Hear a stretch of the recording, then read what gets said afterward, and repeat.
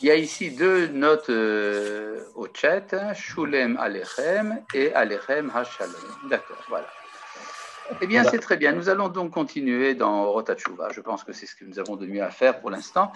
Et nous allons entreprendre la lecture du chapitre Gimel, le troisième chapitre. On va rappeler que le Rav Kook a fait ce qu'on appelle des divisions entre différentes sortes de Teshuvah.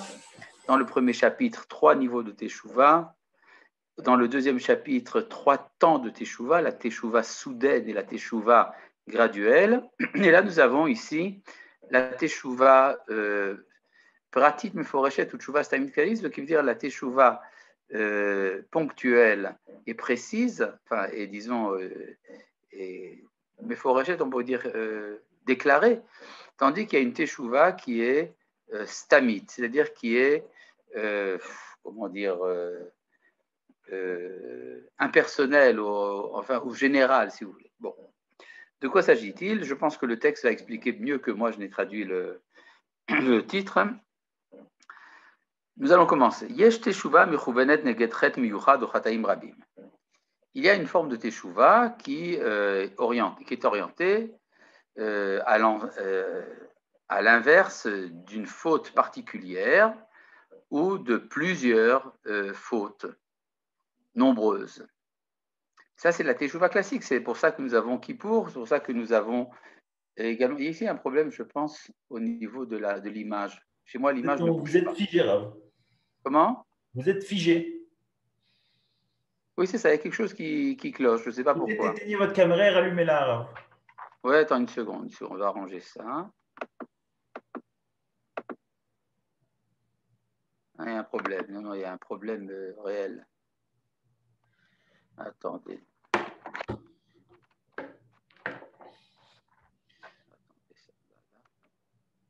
Là, ça va? Là, ça va, on vous voit. Ah ben voilà, Baruch Hashem, tout s'est arrangé. Bon, alors donc, nous avons la Teshuvah classique qui est celle que l'on fait pendant les 10 jours de Teshuvah, Rosh Hashanah Kippour, le mois d'Elul. J'ai un péché, j'ai quelque chose à me reprocher. Par exemple, j'ai mangé un chewing-gum sans faire la bracha. Et alors ça, c'est très grave, et donc je fais Teshuvah par rapport à ce péché-là. D'accord? Ou bien je n'ai pas dit le Hallel à Yom HaAtzmaut, c'est extrêmement grave, et donc maintenant je fais Teshuvah et je décide de faire le Hallel à Yom HaAtzmaut. C'est ce qu'on appelle ici Yesh Teshuvah Mechuvenet Negetchet Miurad Ochataim Rabim. Il y a une Teshuvah qui concerne un péché particulier ou de nombreux péchés. Pardon. Ve'ha'adam samchet o nochar panav, et l'individu place le péché face à son visage, ou mitraret alav, il le regrette, ou mitztaer, il regrette à la chair d'okash befachachet d'être tombé dans l'embûche du péché, venafsho metapeset verola, son âme va en ascendant, jusqu'à ce qu'il se libère de l'esclavage du péché. Ça, c'est un terme très important qu'on trouve dans le Rav Kook, c'est que le péché est une forme d'esclavage et se libérer du péché, c'est ça la liberté. C'est un thème qui apparaît ici pour la première fois et que nous verrons plusieurs fois dans le Orot HaTeshuvah. Ou Margish Bekirbo, il ressent en son intériorité et Acherut Akedosha, la liberté sainte, Hane'ima me'od lenafsho anahala'a, qui est très agréable à son âme fatiguée. Veu olech ou mitrape, il va en se guérisant. Vezohare ora shel shemesh hachesed, les rayons de la lumière du soleil de bonté, chesed elion, de la bonté suprême, pardon, sholchim elav et kavehem, lui envoie son rayonnement. Veu olech ou mitacher, il va en devenant plus heureux. Olech ou mitmale onek vedeshen penimi, il va en se remplissant de délices et de contentement intérieur. Yachadim lev nishbar venefeshacha meduka, associé en même temps à un cœur brisé et une âme abaissée, Shehu margish bekirbo, mais il ressent en lui-même Shegam regesh ze atzmo hanaelo lefi matzavo, que ce sentiment-là qui est digne de son état, Mosiflo oneg ruchani pnimi, lui rajoute de la jouissance spirituelle intérieure, ushlemut amitit, et une perfection véritable. Voilà, c'est ça que nous dit le Rav. C'est-à-dire qu'il y a ici, bon, c'est à nouveau également un thème qui est très particulier au Rav Kook, qui est que la souffrance que ressent le Baal Teshuvah est une souffrance qui a un sens. C'est une souffrance qui est réjouissante. C'est-à-dire, le but de la Teshuvah n'est pas de m'abaisser, de m'introduire en une détresse. Au contraire, le fait que je ressente au moment de la Teshuvah une certaine détresse, une certaine souffrance, eh bien, cela est nécessaire pour me donner la joie. Je voudrais te donner pour ça une parabole toute bête, mais enfin qui peut aider. Si quelqu'un est malade, gravement malade, Chas Shalom, et qu'un médecin lui dit, voilà, nous avons pour vous, monsieur, un médicament qui est en expérimentation. On ne sait pas si ça marche, si ça ne marche pas. Ça va peut-être vous guérir, peut-être que ça ne va pas vous guérir. Prenez cette pilule. Si dans 3 heures, vous sentez de grosses douleurs au ventre, c'est que ça marche. Alors quand arrive la douleur au ventre, la personne est à la fois en douleur et en joie. Elle a la joie d'avoir la douleur qui est le symptôme de sa santé. Pour revenir à la teshuva, c'est à peu près la même chose. Quand je fais teshuva, je ressens une certaine souffrance morale, une détresse même. Mais cette détresse est pour moi l'indice que ma teshuva devient efficace. Donc, je suis à la fois en jouissance. J'ai la jouissance de savoir que la teshuva est efficace. Non seulement ça, mais j'ai en plus de ça la jouissance de la liberté que me donne la teshuva. C'est-à-dire, tant que je suis asservi à mon péché, je suis un esclave, et donc je ne suis pas véritablement un homme, parce qu'un homme, par essence, est un être libre. Et donc, c'est en refusant l'asservissement que je peux retrouver ma liberté et donc la teshuva. C'est quelque chose qu'on trouve aujourd'hui, malheureusement, dans la société moderne. Il y a beaucoup de phénomènes d'addiction, à l'Internet, des tas de problèmes de ce genre. Et alors, il y a des tas de méthodes qui sont destinées à libérer de l'intoxication à des tas à l'intoxication alcoolique, l'intoxication à la cigarette, etc. Mais il y a un point de départ à tout cela. C'est le fait d'aimer sans limite la liberté. À partir du moment où je décide d'être libre, c'est là que tout devient possible. Alors vous allez me dire, oui, mais quand on fait teshuva, c'est qu'on accepte les mitzvot. Or, les mitzvot, c'est contraignant. Les mitzvot, c'est quelque chose qui limite ma liberté. C'est absolument faux. C'est comme si on disait qu'être en bonne santé limite ma liberté. Parce que je ne peux pas être fatigué quand je suis en bonne santé. Je ne peux pas être en souffrance quand je suis en bonne santé. Ben non, justement, il y a une santé qui est la liberté de la personne, la liberté corporelle, et également une santé spirituelle. Et on peut dire que l'accomplissement des 613 mitzvot, c'est la libération de toutes les lacunes de notre âme. C'est tout ce qui nous bouche les canalisations de notre être, ce sont les péchés. Vous avez 613 canalisations qui sont bouchées. À partir du moment où vous acceptez les 613 mitzvot, eh bien, vous rétablissez la santé de votre être. Et donc, vous retrouvez votre liberté. Donc, pour accepter les mitzvot, en fait, il faut être un homme libre. Il y a à ce propos un texte très intéressant, très court, dans le traité de Havot, dans le 6e chapitre, qui est un additif à Maseret Havot. On dit En lecha ben chorin ela misher osek batorah. Ce qui veut dire, si on le traduit véritablement, on ne peut recevoir la Torah que si on est libre. Vous allez me dire, mais ce n'est pas ça que dit la phrase en hébreu. La phrase en hébreu, littéralement, dit il n'y a d'homme libre que celui qui s'occupe de la Torah. Mais si, pour me convaincre de m'occuper de Torah, on me donne comme récompense la liberté, ça veut dire que, pour point de départ, j'aime la liberté. C'est-à-dire, on ne donne de récompense qu'à celui qui sait l'apprécier. Donc, ça veut dire que si je suis intéressé par la liberté, c'est que dès le départ, je suis un homme libre et donc je peux étudier la Torah. Et c'est alors que j'accède à la liberté suprême. Et donc, pour revenir ici à ce que dit le Rav Kook, quand je fais Teshuvah, je redeviens libre, je redeviens joyeux, et même la souffrance et la détresse que je ressens pendant l'amertume que je ressens pendant la Teshuvah, elle-même me réjouit parce qu'elle est le symptôme de l'efficacité de mon entreprise de Teshuvah. Je reviens ici donc au texte. Holer ou margish, il va en ressentant shumit karev limkor hachaim, qu'il se rapproche de l'origine de sa vie.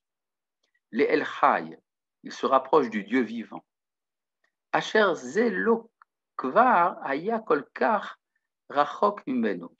Je pense qu'il y a ici une erreur. Asher, non, zelo kvar, qui ce Dieu vivant, qui depuis peu il était tellement éloigné de lui. Nafsho akemeha, son âme aspirante, qui est remplie d'aspiration, ça veut dire, zocheret besason lev et onia umruda hapnimiyim, se souvient, là il y a effectivement une erreur dans la transcription, besason lev, se souvient avec exultation de sa pauvreté et de son, disons, merouda, de sa souffrance intérieure. Une seconde, je dois couper ce téléphone. Voilà, c'est arrangé.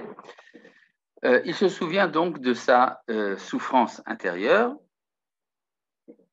Vehi mitmalet rikshetoda, son âme se remplit de sentiments de gratitude. Behalel vazemer inoset kol, et c'est en louant et en chantant que son âme élève la voix en disant, et là il y a un verset de Tehillim, Barechi nafshi et Hashem, bénis, ô mon âme, l'Éternel, Val tishkechi kol gemulav, n'oublie pas toutes ces rétributions, Asoleach lechol avonechi, lui qui pardonne tous tes péchés, Arofé lechol tachaluaichi, qui guérit toutes tes maladies, Hagoel mishachat chayaichi, qui sauve ta vie de la fosse, Hame'aterechi chesed verachamim, qui te couronne de grâce et de miséricorde, Amasbia batov edier, qui rassasie de bonté tes ornements, Tithadesh kanesher ne'uraichi, et qui renouvelle comme les aigles ta jeunesse, Oseh tzedakot, Hachem, Dieu fait de la charité, Umishpatim, lechol ashukim, rend la justice à tous les éprouvés. Bon, c'est une belle phrase du roi David qui exprime le sentiment de renouveau. Hoy kama ashuka ita nefesh, combien elle était éprouvée, l'âme, be'od masa achet kadruto gasuto visiblo hayom munach alea, lorsque le poids du péché, son obscurité, sa grossièreté et son poids terrible et sa souffrance terrible pesaient sur elle. Kama eta Yehuda usrufa, combien était-elle descendue et délavée. Gamim osher vechavod chitzoni nafalla lechevel, même si de la richesse ou des honneurs extérieurs était son lot. C'est-à-dire, parfois, on peut se dire, telle personne a tout pour être heureuse. Cette personne est certainement dans le bonheur. Mais on ne connaît pas toujours la vie intérieure des gens. C'est-à-dire, le fait d'être riche ou honoré ne satisfait pas l'aspiration de l'âme à la plénitude. Or, quand on a péché, tout le monde entier ne vaut plus rien. Mayoil kolhon, à quoi sert toute richesse? Imatoch hapnimi toch hachaim, si la vie intérieure, l'intériorité de la vie, umeduldal veyavesh, est dévitalisé et desséché. Uma meushara hi kaet, combien grand est son bonheur maintenant. Be'argisha bekirba kikvar nirtza avona, lorsqu'elle ressent dans son intérieur que son péché est agréé, c'est-à-dire est éliminé, kikirvat Elohim chaya umeira bekirba, que la proximité de Dieu est vivante et éclairante dans son intériorité, qui ukal masa'a hapnimi, que son fardeau intérieur est allégé, qui kvar shalma nishya, qu'elle a payé sa dette, vena od me'ushaka be'oshek veteruf penimi, qu'elle n'est plus exploitée par une exploitation et une folie intérieure, mais Léa himenucha veshalva, elle est pleine de tranquillité et de repos, keshera, honnête. Shuvi, alors vous avez à nouveau le verset dans Teilim, Shuvi nafshi limnu chaychi, reviens, ô mon âme, à ton repos, qui Hachem gamal alaychi, car Dieu t'a récompensé. Voilà, ça c'est la première forme de la Teshuvah. C'est très... Oui. Oui, j'avais une question. Quand vous avez parlé de la liberté tout à l'heure, Oui. Même si nous nous libérons de l'esclavage des fautes ou des différentes addictions que nous avons, qu'en est-il de l'esclavage naturel qui provient du fait que nous sommes des créatures? Ah, c'est très intéressant. Le fait donc d'être, on peut dire, esclave de la nature. Par exemple, oui, l'esclave aux pommes de terre. Oui, nous sommes des esclaves aux pommes de terre, effectivement, à moins d'élargir le domaine de la personne. C'est-à-dire, s'il y a moi d'une part et les pommes de terre d'autre part, effectivement, c'est extrêmement embêtant, justement, d'être asservi à un élément extérieur. Mais si je retrouve la dimension véritable de l'être humain, qu'il est une personnalité cosmique, c'est-à-dire que les pommes de terre font partie également de ma personne par une sorte de solidarité universelle, alors ça fait partie de moi-même. Et donc, j'accepte avec joie le projet de la création qui implique également les pommes de terre frites ou autres, par exemple. Très bien. Et qu'en est-il de l'esclavage à Dieu? Alors, l'esclavage à Dieu n'est pas un esclavage. Comme disait Rabbi Yehuda Halevi, Eved Hashem ou Levado Chofshi, il n'y a que le serviteur de Dieu qui est véritablement libre. Et ce pour une raison très simple, c'est que Dieu n'est pas un élément extérieur de mon être, il est l'origine de ma vie. Étant donné qu'il est l'origine de ma vie, donc quand je le retrouve, je me retrouve moi-même. Et se retrouver soi-même, c'est ça la véritable liberté. Ah, un nouveau problème ici d'image. Une petite seconde, j'arrange ça. C'est tout vert. Voilà, c'est devenu tout vert. Et maintenant, c'est une seconde. Ah là là là là là là, que de problèmes, que de problèmes. Voilà, ça y est. Extraordinaire. Le spectre vert a disparu. Bon, voilà. Donc, je disais, la rencontre avec le Créateur n'est pas une rencontre avec un élément extérieur. Souvent, des gens vous disent, oui, les mitzvot, ça me restreint. Mais si les mitzvot sont l'expression de mon être, alors dans ce cas-là, je suis véritablement libre. Effectivement, je ne le ressens pas toujours.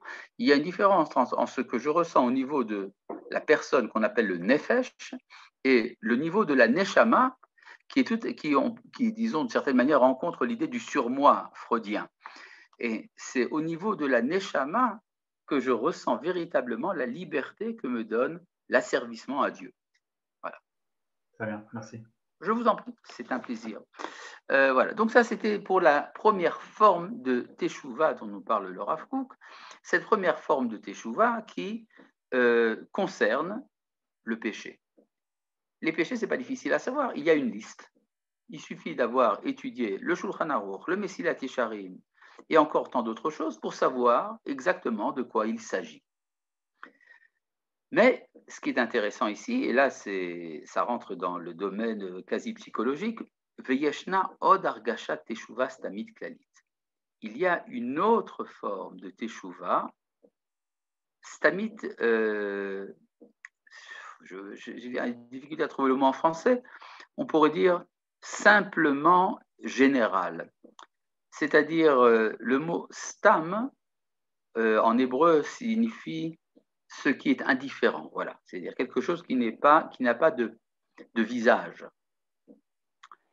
En chet o chataim shel avar olim al libo. Aucun péché ou des péchés du passé ne montent dans son cœur. Aval, bichlal, mais de manière générale. Ou margish bekirbo, il ressent en lui-même, shehu meduka meod, qu'il est en grande détresse. Shehu malé avon, qu'il est plein du péché. Attention, ce n'est pas un péché particulier, il se sent pécheur dans son être. She'en or Hashem meir alav, que la lumière de Dieu ne l'illumine pas. À nouveau, ici, erreur de frappe, et on a mis une virgule au lieu d'une apostrophe. She'en or Hashem meir alav, que la lumière divine ne l'illumine pas. En ruach nediva bekirbo. Il n'y a pas d'esprit généreux en son sein. C'est quoi cette histoire d'esprit généreux? C'est tiré du livre de Téhilim au chapitre 51. C'est le psaume que récite David après son aventure malheureuse avec Bathsheba. Kasher ba el Bathsheba. Et alors, donc, le roi David regrette ses actes et il implore Dieu de lui rendre son Ruach HaKodesh, son Esprit Saint. Et il demande Ruach Nediva Tismecheni, qu'un esprit généreux me soutienne. C'est-à-dire, quand on est en situation de pureté intérieure, on se sent également en capacité d'action, on est de rayonnement. Or, David, étant donné qu'il était préoccupé par son acte, ne pouvait pas rayonner. Il lui manquait donc ce qu'on appelle cet esprit de générosité. Et là, cette situation peut se retrouver même si on n'a pas un péché particulier. Libo atum, son cœur est fermé. Midotav, utrunot nafsho, enam holchim baderech hayeshara ve'aretsuya. Ses vertus intérieures, les caractères de sa personne, ne vont pas dans un chemin droit et agréé. Hareouya les malot chaim agunim les nefesh teora, qui sont dignes de remplir de vie valable une âme pure. Haskalato higassa, son intelligence devient épaisse.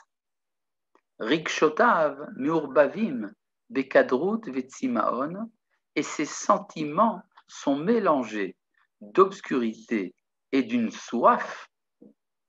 Shemeorerlo giaul pnimi, qui l'amène à un dégoût, un dégoût spirituel.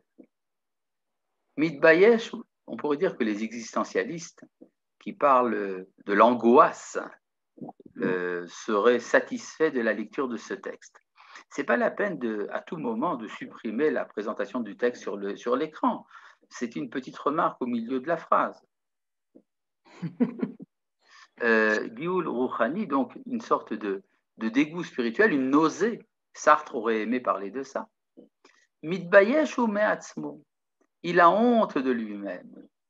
Yodeahu, il le sait, qui en Eloa bekirbo, qu'il n'y a pas de Dieu en lui-même, dans son sein. Il n'y a pas de présence. Vezot hilo hatzara hayoter gdola. Et c'est pour lui le plus grand malheur. Achet hayoter hayom, la faute la plus terrible. C'est-à-dire, ce n'est pas la faute d'avoir mangé quelque chose pas cachère ou d'avoir parlé le Shabbat d'un projet d'après-Shabbat. Non, non, c'est quelque chose de beaucoup plus grave. C'est l'absence de la présence divine en son être. Mitmarmer ou alatzmo, il est amer contre lui-même. Et no motse manos mipar mokshim shelo, il ne trouve pas d'échapper au piège dans lequel il est tombé. She'en lo tochen miyuchad, il n'a pas de contenu particulier. Rak kulo kemo natun basad, c'est comme s'il était entièrement tombé dans une embûche. Voilà, c'est ça le sentiment. Voilà, maintenant on peut abaisser le texte si ça vous fait plaisir. Et donc, il y a un sentiment de vide. Or, le sentiment de vide, d'absence de sens à la vie, d'absence de valeur à sa propre personne, c'est en soi le pire des péchés parce que c'est une remise en question de la légitimité de son être. C'est presque un blasphème. C'est-à-dire, quand je suis pessimiste, cela veut dire que j'en veux au Créateur du monde. Je lui dis, mais pourquoi est-ce que tu m'as créé tel que je suis? Alors, c'est vrai que c'est peut-être de ma faute que j'y suis arrivé, mais je n'arrive pas à m'en sortir. Ça, voilà, ça c'est la deuxième forme, donc, de péché, qui est beaucoup plus, disons, subtile, et qui invite une autre forme de péché. Tiens, il y a quelqu'un qui a ouvert son microphone et on entend des tas de choses derrière. Bon, c'est pas grave. Et donc, là, le Rav Kook, dans le texte que nous allons donc continuer à lire, si on veut bien le mettre sur l'écran, nous explique c'est quoi la teshuva dans ce genre de cas.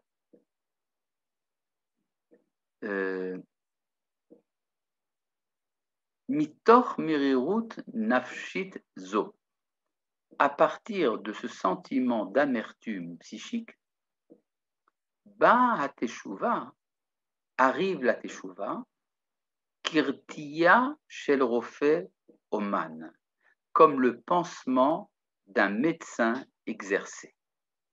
Il y a le médecin qui sait vous donner tel médicament pour tel problème, il y a le médecin qui sait vous remettre en état. Et ça demande une certaine sensibilité. Et c'est ça que vient faire la teshuva de ce deuxième cas. Argashat à teshuva, le sentiment de la teshuva. Ve'omek yidiata, la profondeur de sa connaissance. Smichuta hagdola be'omek hanefesh, sa présence, sa grande présence dans l'intériorité de l'âme, beseter ateva, dans les secrets de la nature, ou v'chol chadre à Torah, et dans tous les compartiments de la Torah, ha'emuna va'masoret, la foi et la tradition. Bechol kocha iba'a ve'zoremet betoch nafsho, vient avec toute sa force pour s'écouler dans l'intériorité de son âme. C'est-à-dire qu'il y a quelque chose qui se produit, quelque chose pour lequel il est difficile de s'exercer, mais quelque chose de réel qui, on pourrait dire, se fait presque à l'insu de la personne. Bitron Oz Bateshuva. Et donc, avec l'assurance puissante que donne la guérison, Batria Hakolelet, de la résurrection générale, Shateshuva Moshita Lechol Adbekimba, que la Teshuva donne à tous ceux qui y sont attachés, dispense à ceux qui sont attachés, Ma'avir alav ruach chen vetachanunim, fait passer sur lui un souffle de grâce et de générosité. Keish asher imo tenachamenu, c'est comme un homme que sa mère console. Ken anochi anachemchem, de même, moi, je vais vous consoler. C'est-à-dire, chez les kabbalistes, la teshuva correspond à une des 10 séphirotes qu'on appelle Bina, et qui est appelée également M, la mère, ou Ima. Et donc, c'est quoi la M? Ça veut dire, la mère, c'est l'origine, c'est là d'où je viens. Les Freudiens adorent parler du complexe d'Oedipe, de l'aspiration au retour à l'origine chez les hommes. Et la teshuva est une sorte de retour à l'origine, de ressourcement, on pourrait dire. La bina est une source, il faut s'y replonger, se retrouver l'état originel qui est la source. Et c'est ce sentiment que nous avons décrit tout à l'heure, ce sentiment donc de perte de sens de la vie, ça invite à un ressourcement. Et donc, on peut dire que quand ce ressourcement se produit, eh bien, c'est la teshuva qui agit à la manière d'une mère qui va consoler son enfant. Voilà. Je reviens ici au texte. Margish ou, il ressent, c'est 2 lignes plus bas, 3 lignes plus bas. Margish ou, il ressent. Uvchol yom vayom sheover alav, et chaque jour qui passe sur lui, beaskamat teshuva ilait uchlalidzo, il ressent son accord avec cette teshuva suprême et générale.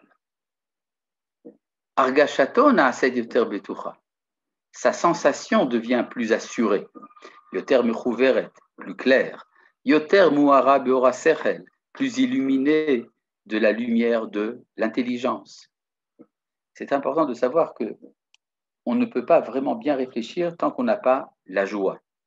Souvent, il m'arrive de rencontrer des gens qui ont des questionnements, des problèmes, et qui me disent « Comment régler mes problèmes ?» J'ai des questions qui me troublent, qui me tourmentent. Souvent, je leur dis, et ça marche, retrouve d'abord la joie et après occupe-toi de tes questions. C'est tant qu'il manque de la joie, les questions sont insolubles. Et quand il y a la joie, certaines questions n'apparaissent plus. Continuons. Rav, comment on retrouve la joie? Comment on retrouve la joie? En s'amusant. Par exemple, je ne sais pas, si vous aimez les bonbons à la menthe, eh bien, prenez des bonbons à la menthe. Si vous aimez jouer à la marelle, jouez à la marelle. Ah, vous parlez de quelque chose de superficiel. Oui, c'est tout à fait plus superficiel. Ça commence justement par des choses banales. Légitimer la banalité. Parce que souvent, la joie vient du fait qu'on cherche une expérience intense. Et on pense qu'il est illégitime d'avoir une expérience superficielle. Eh bien non, il faut légitimer le superficiel. Et à partir de là, on peut retrouver des joies intenses. C'est un bon conseil que je vous donne. Bon, donc Yoter Muhara Beor Asechel, elle est plus éclairée par la lumière de l'intelligence. Yoter Midbaeret Alpi Yosodei Torah, et s'explique mieux par les fondements de la Torah. C'est-à-dire que souvent, quand on est en détresse, la Torah ne peut pas servir, elle n'aide pas. Au contraire, elle est très embêtante, la Torah, à ce moment-là. Comment? La Torah vient me dire, vient me présenter une échelle de valeur à laquelle je ne peux pas m'identifier, je ne peux pas y adhérer. Alors, il faut d'abord retrouver, faire cette teshuva intérieure, et à partir de ce moment-là, l'intelligence et la Torah deviennent relevants. Le voici maintenant qui va en resplendissant. Le visage coléreux est parti.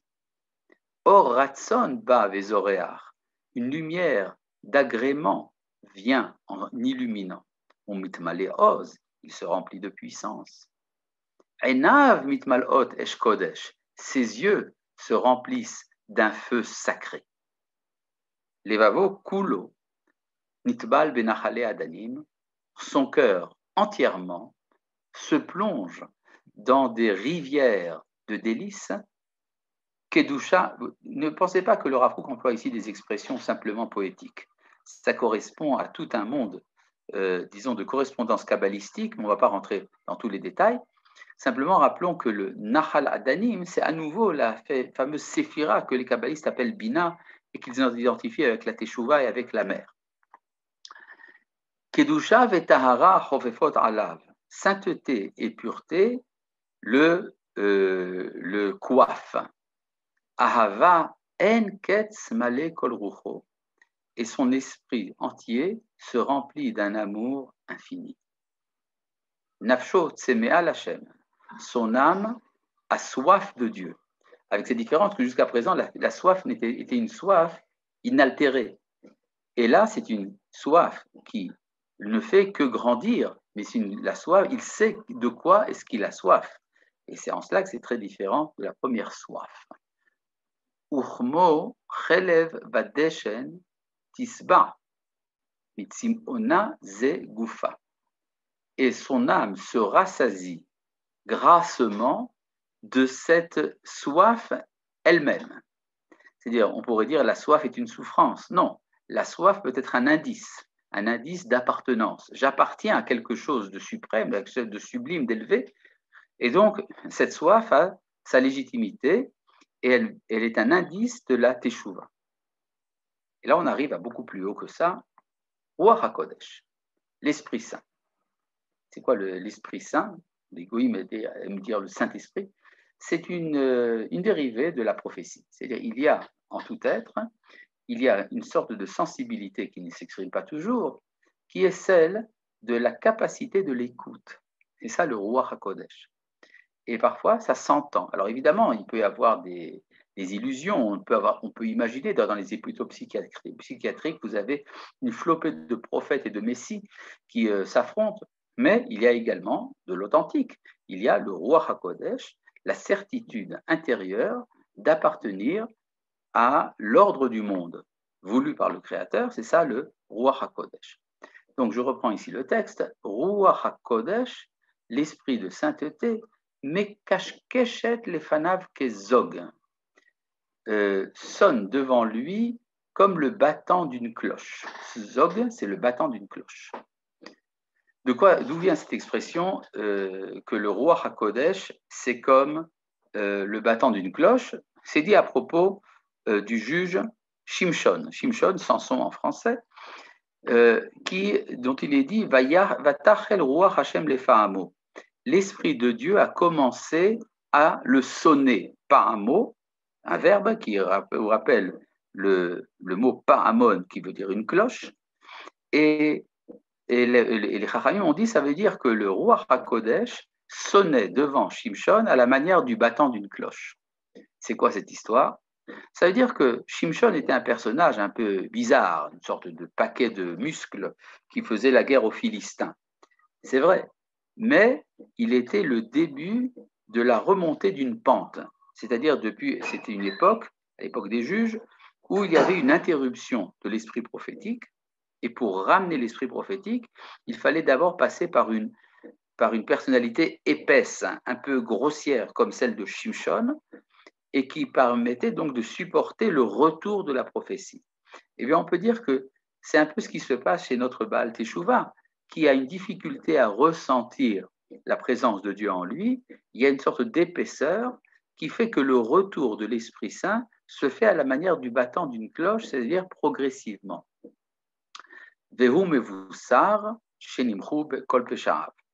Il a l'annonciation que tous ses péchés sont effacés. Aussi bien ceux qu'il connaît que ceux qu'il ne connaît pas.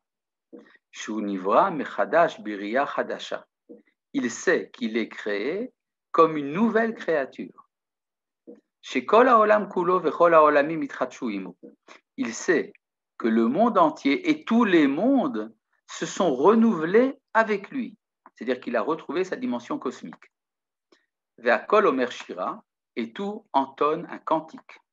Chedvat Hashem, malekol, et la joie divine remplit tout. Et là, nous avons ici une citation qui mérite qu'on s'y attarde un peu. Gedola Teshuvah, grande est la Teshuvah, disent les Chachamim, chez Mevia Refoua la Olam. C'est dans Yoma, n'est-ce pas? C'est dans Yoma, chez Mevia qui amène la guérison au monde. Vafilu Yachid Shasa Teshuvah. Et même un individu qui a fait Teshuvah, Mochalin lo, on lui pardonne.